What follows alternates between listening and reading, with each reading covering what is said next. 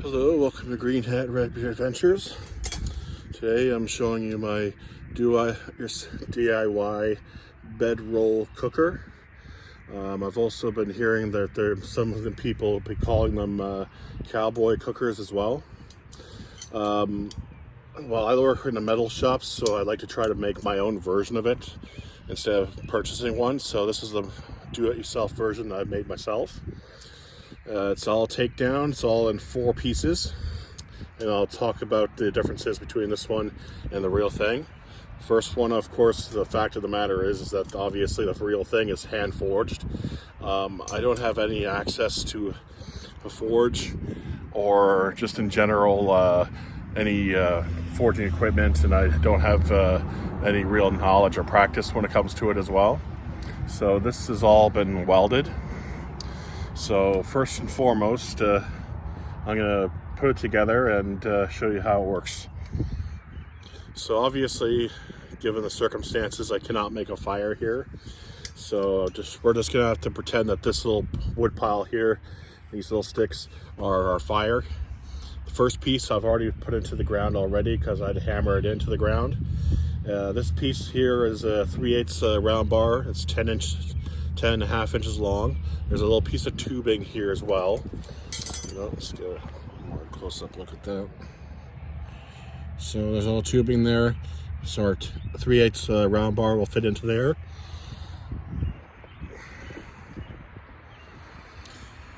So this is our 3/8 round bar piece here. The top of it is pointed. So this is the top. This piece will go on the bottom. If I were to turn it around, it would not fit. So that just slips right into there, just like that. So as I said before, the real ones are hand forged. As you can see, this one here is welded. I welded a ring onto the end of here, and then simply just bent the plate, the round bar, just a little bit. This is a 5/16 round bar, cut to about 12 inches long. And this is a stainless steel mesh piece here that this has been welded to. So the real one, the grill is detachable. I couldn't get the detachable portion, the little locking pin and such, to work, so I just welded this onto this bar. This set in particular you're seeing here is I only just made this today, but my very first one that I've ever made was made over a year ago, and I've used it many times since then, and I've had absolutely no problems with it whatsoever. So the fact that it's welded on there doesn't bother me at all. I'm fine with it. So anyways, you put the over top like that, and the weight of this will basically lock it up right there, and therefore you can cook your meats right there over top of your fire, just like that. You got a nice rotation of left and right, and you can just grip this up and down. And it does not slip on here either. I've never had an issue with it slipping ever. It's always stayed put. So then we have our second piece here, which is our hooked piece. So again, you can see there's the ring on there, it's welded on there. The round bar has been bent upwards a little bit there. And on this side, we've got a hook. And this is for a cooking pot to be hung over the fire as well. We're gonna slip that over top. And again, as before, never slipped before, never had any slipping issues with this falling down. So the great thing about this is that although this is meant for sort of like a minimal one-person cooking, you can do 2 things at once. So you can cook your meats on here and hang a cooking pot over the fire as well.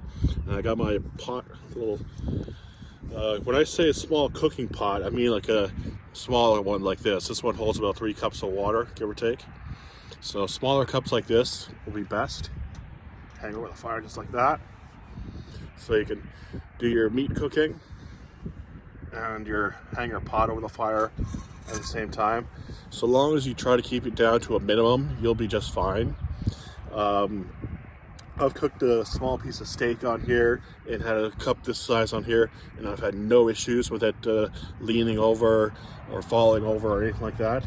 But if you go with a pot that's any bigger than this kind of thing, it might be best you could use them one at a time, otherwise it might tip over, start to lean over a little bit on you. But then again, this is just for my design. I don't know how it's going to react with the real ones. The real ones, maybe they're stronger, maybe they're weaker. I have no idea. But this is just from what I've learned through my personal use of these. I've cooked a steak on here and had a pot like this. I'll also use my GSI kettle as well on here as well.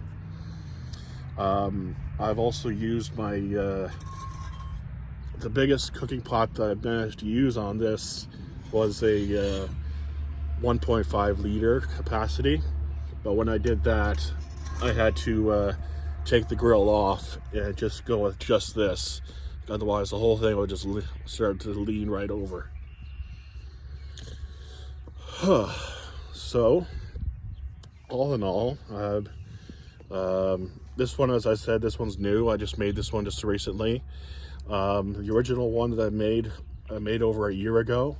I've used it all throughout the year and had no issues with it whatsoever. Like I said, never slips, hangs nicely. I've been able to cook meat and boil water at the same time, and over the fire it's just fine. And this piece here, for the most part, has never come loose, for the most part, with the exception of for having too much weight.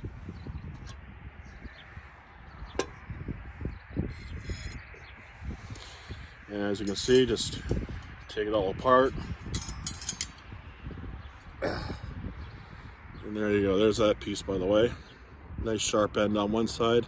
A more close-up view here, you can see it's a 3/8 rod with the inside diameter of this little tubing piece is 3/8 as well.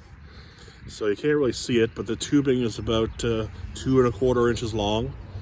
The 3/8 is inside this piece by about 3/8 of an inch. Welded it, cleaned it all off, and a nice pointed edge. This piece here that fits into there. This piece here was 3/8 round bar, and this is about 16 inches long. The round bar on this piece here is 5/16 in diameter and cut to 12 inches long. And the ring on here, inside diameter of the ring on there is 1/2 of an inch, and it's roughly about 1/8 of an inch wall on that ring.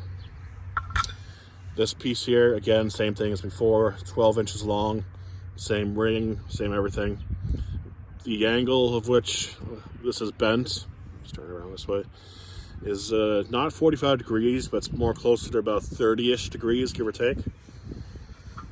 So that's basically, when you put it on here, it allows it to sit at almost a 90-degree angle, give or take. Not quite, but close.